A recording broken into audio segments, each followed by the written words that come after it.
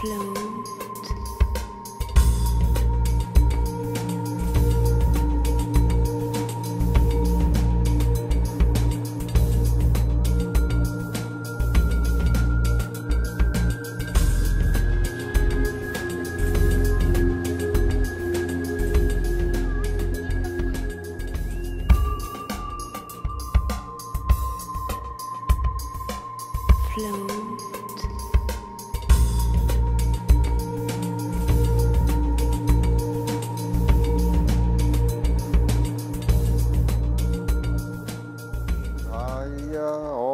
Namah Shivaya, Om Namah Shivaya, Om Namah Shivaya, Om Namah Shivaya.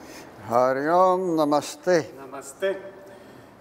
What is the reason for me to start doing yoga? Well, I read books on yoga. I heard about yoga. I was fascinated with the powers, the mental powers, health, and what is promised in yoga, self-realization, all this divine knowledge. And at that time, I was really concerned about finding what is the individual soul. What is self-realization? But I was really impressed with the psychic powers, with achieving good health, mental control. That triggered me a desire to learn the techniques of yoga. At that time, did you follow a tradition? Well, my guru usually is very traditional. They follow the traditional way to do yoga. There is nothing, not too many modifications, but we try to follow the Ashtanga, the 8 steps of yoga, mentioned by Patanjali in the Yoga Sutras too. So that was the traditional way to do the Ashtanga. Classical yoga means the tradition without any modification from the teachers. Because every teacher, as you practice, go to a different country. And the yoga must be adjusted to the lifestyle of that country. You understand? So it has a little modification.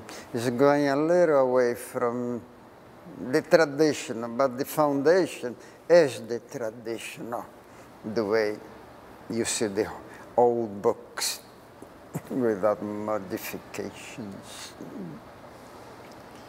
Today, we see many styles of yoga. Some can exist without tradition. Well, it's like juice. Every juice needs water. You may make lemonade, prune juice, but a little bit of the tradition, the essence of yoga must be behind, because the goal is self-realization. With all these techniques, the body gets healthy, mental power, spiritual power, and then the mind will quiet down to realize what is beyond duality. So, the tradition is the foundation, otherwise it's not yoga. And yoga going to be adjusted according to the time, to the condition of the planet. For example, when I come back here 75 years from now, the planet will be in harmony. You understand? Nations are going to be together. So no need for yama anymore, because people are already nice to each other, they are friendly, They are not, how to say, committing violence anymore. So the yoga tradition is adjusted to the time, to the condition of the people. If you go to another planet higher than us, a little more evolved, maybe the yoga there, they have only 3 or 4 steps of yoga because no need for the first steps. So it changes according to the country, to the condition of the people. Let's say if I go to the Amazon to teach the natives there in the forest, the Indians, I cannot go to the upper 8 steps of yoga all the way to the top. I have to go to the bottom first because they are not ready yet for 7 or 8 steps of yoga. So a good yoga teacher adjusts yoga according to the condition of the students. Is there a common ground for students? Like years ago, Bhagavad Gita was a reference. Can we still live as per the Bhagavad Gita? Yeah. The Bhagavad Gita is amazing. I sometimes say yoga without the Bhagavad Gita or the Yoga Sutra is like spaghetti without sauce. The Bhagavad Gita is the condensation of all the 108 Vedas. That's why we have 108 beads. Represents the Vedas. The Bhagavad Gita deals with the self, God, with the mind, how the mind works, where you're going after you leave this body. It tells you about everything, how to control the mind, the body, how to surrender, even how to find a guru. You learn what is the signs of those who are enlightened. The Bhagavad Gita is very inspiring. It changed my life completely, the Bhagavad Gita and then the Yoga Sutras. Here, you train new teachers in this Dharma Center. Yeah. You also take the teachings from Bhagavad Gita to train new teachers. Well, I use some reference, of course, from the Bhagavad Gita, from my guru, from the Yoga Sutras, you understand? So I put all together, and with lots of practice for many years, you'll be able to taste everything to find out what is more important, what is more pleasant to do. Which one you get results immediately. So that's why we have Dharma Yoga. It's like the way Dharma, the method that I teach. I encourage, emphasize more Yama, Niyama, the foundation. Talking about Yama, is there one maybe more important to your eyes, or are they all one block, yamas? Yama is like the ethical rules. If you don't conduct yourself ethically, the mind, for some reason, there are some senses of perception that is believed. When you keep Yama properly, become nice to all beings, respect, being compassionate to all beings, automatically you'll be able to sense subtle things, spiritual things. So it is extremely important, the Yama, especially ahimsa, non-violence, is another facet of love. Or if you keep, I usually concentrate on compassion, because the action of compassion is to see yourself in others, and then how can you hurt anyone? If you keep compassion properly beyond your pets, you don't have to worry about the rest of Yama. When a new student arrive to start yoga, what would be your advice? Well, first we are concerned a little bit about health, to be obedient to the teacher. I encourage them to buy the Bhagavad Gita or any book about yoga, or go online. Today online we get all the information. And a nice yoga teacher, they know where to go. So they should have a little book for knowledge. And then I encourage them, the diet. They must become vegetarian and don't process your food too much. Every yogic student that I have, I suggest them to have a high-speed blender to get lots of juices, you understand? Without feeling good, good health, you cannot achieve any meditation. You cannot even be nice and yum. So I encourage health, food, be obedient to the teacher and teach them some nice asanas and breathing first. How do you measure the efficiency of the yoga practice?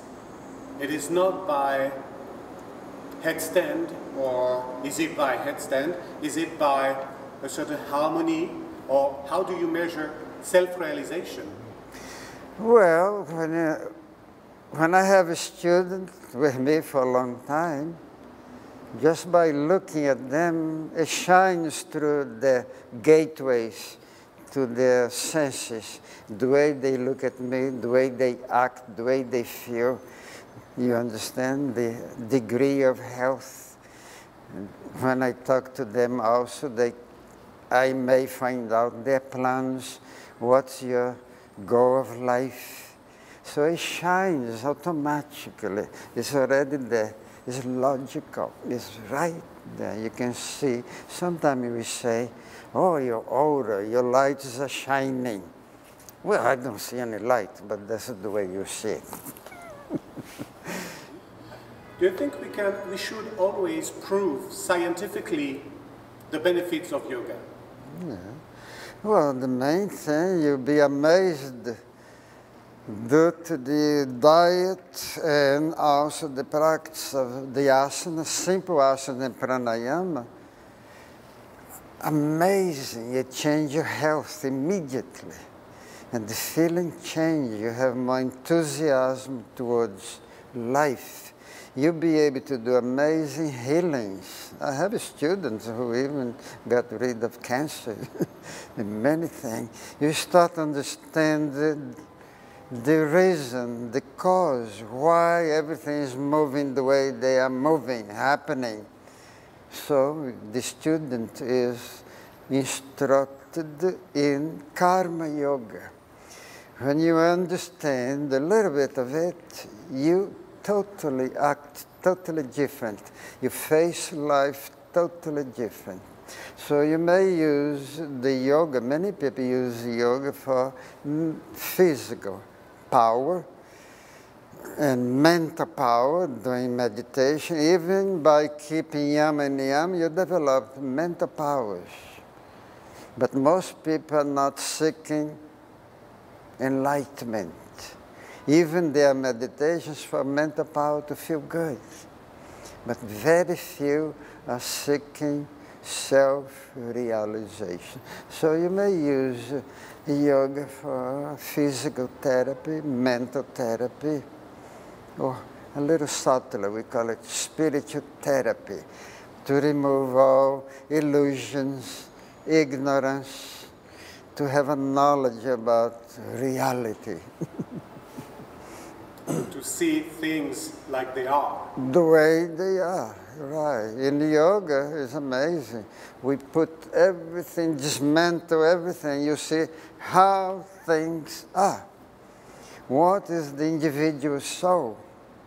We can separate all the body, remove all the atoms. There are techniques. Remove all the koshas. And then what's left in the middle? The life, like consciousness. So, you know, everything the way it is. What's it like to practice yoga in New York? Well, I actually enjoy here more than being alone in one island there alone.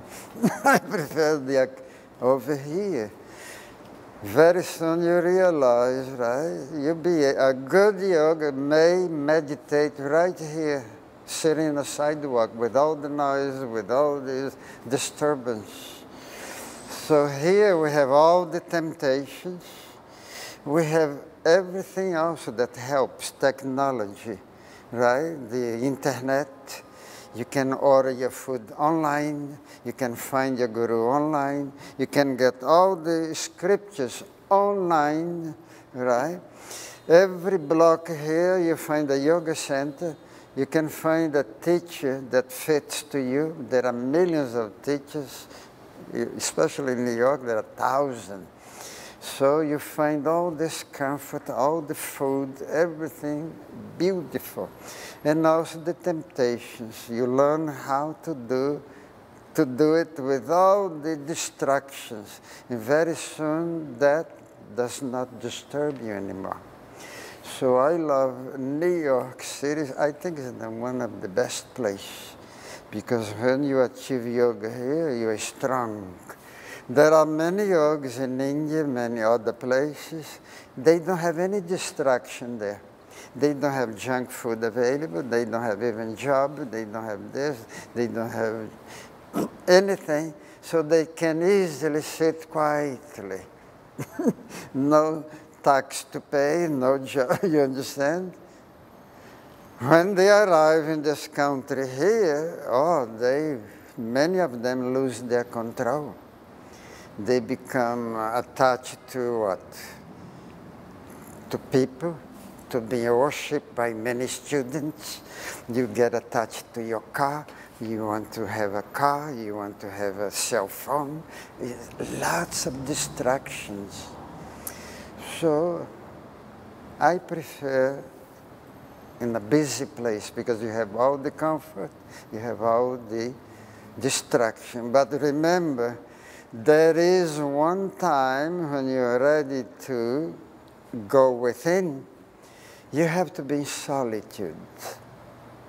You can go to a place where you are alone so that you stay there for a few days.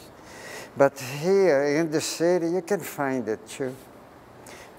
Right in your house, in your apartment.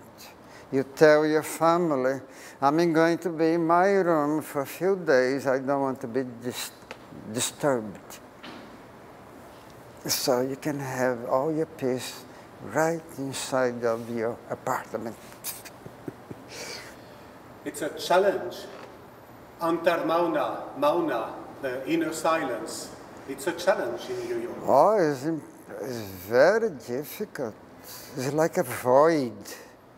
If you don't have anything inside the spiritual that you don't sense, it's like a torture. Can you put a child lying down here without opening the eyes, without eating candy or moving? Impossible. For the adults too, it's impossible. You may hold for 5 minutes, 10 minutes, but then it's already like a storm inside due to the lack of self-discipline, right? It takes many years. You have to gradually learn how to be alone without any stimulants. Some people attached to the weather. Some people attached to the company of people. That hurts. Some people attached to their guru, to their classes. You understand? You have to be even detached from your guru, from yoga class, from your religion too. It doesn't mean that they don't exist, but for a while you are alone.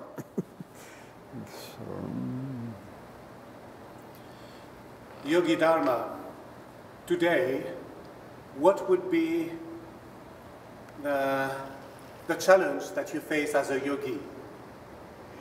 Well, it's the technology, distraction.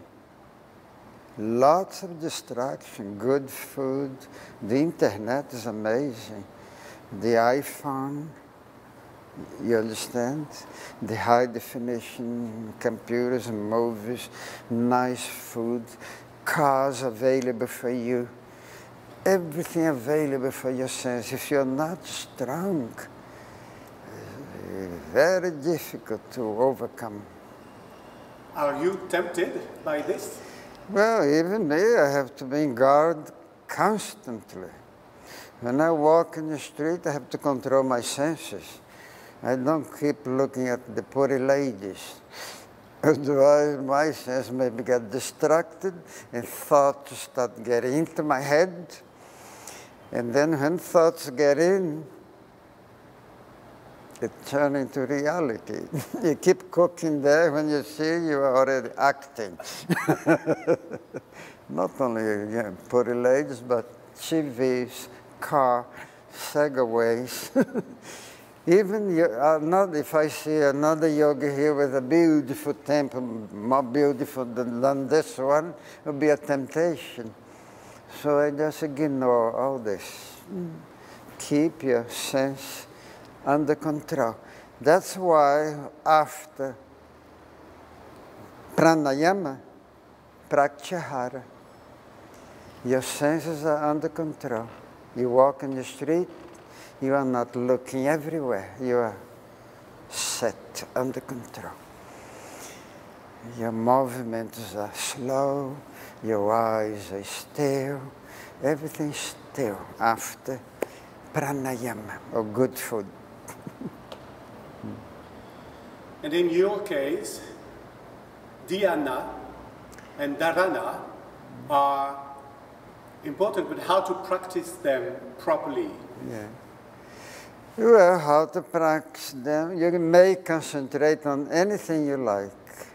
With good diet, good health, you have this enthusiasm, you feel better.